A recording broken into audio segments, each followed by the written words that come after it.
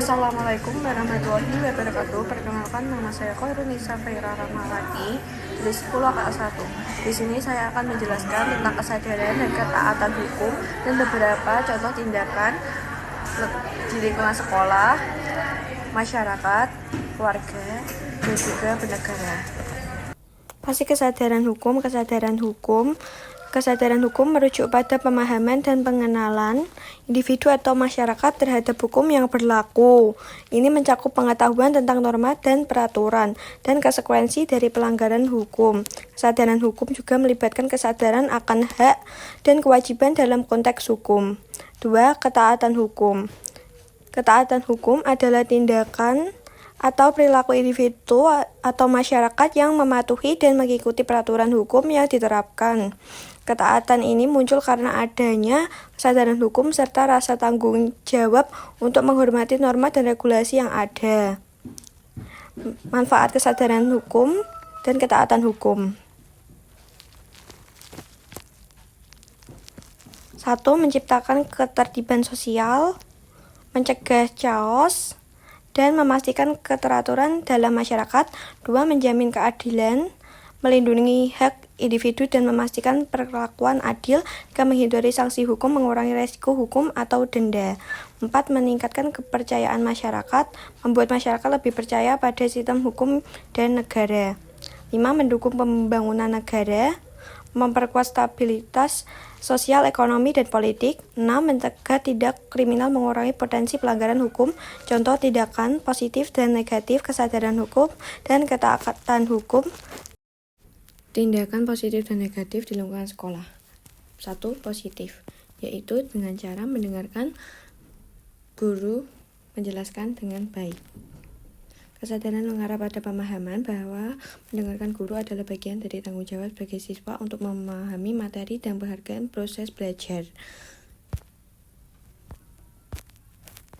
Contoh lainnya yaitu seperti mengerjakan piket kelas tanpa disuruh. Lalu ada tindakan negatif. Contohnya yaitu seperti terlambat. Terlambat dalam arti kesadaran dan ketaatan hukum berarti tidak memenuhi kewajiban hukum tepat waktu karena kurangnya pemahaman atau pengabaian terhadap aturan yang berlaku. 2. Tindakan positif dan negatif di lingkungan keluarga. Contohnya seperti membantu orang tua dan juga berkumpul. Lalu bersalaman sebelum pergi. Kesadaran dan ketaatan hukum terkait berpamitan dengan orang tua saat pergi ke sekolah mengacu pada kewajiban moral dan sosial untuk menghormati orang tua dengan berpamitan.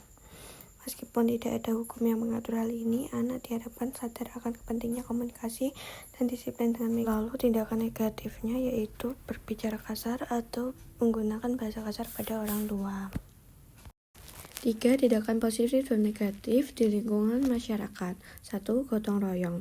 Kesadaran dan ketaatan hukum dalam konteks gotong royong berarti memahami pentingnya berkontribusi untuk kepentingan bersama dan mematuhi aturan yang mendukung kerjasama dalam masyarakat. Ketaatan terhadap norma hukum dan sosial memastikan kegiatan gotong royong berjalan lancar dan harmonis.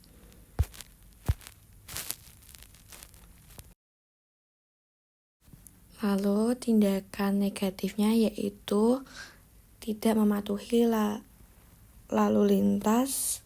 Kesadaran melibatkan pemahaman bahwa peraturan lalu lintas dibuat untuk mencegah kecelakaan dan melindungi semua pengguna jalan.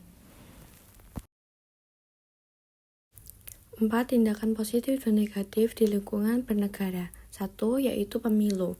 Pemilu dalam kesadaran dan ketaatan hukum berarti memahami hak dan kewajiban sebagai warga negara untuk berpartisipasi aktif dalam kehidupan demokratif sambil mematuhi hukum yang ada. Ini termasuk berkontribusi dalam proses pengambilan keputusan seperti memilih, menghormati peraturan, dan mendukung prinsip-prinsip demokrasi seperti kebebasan, keadilan, dan kesetaraan.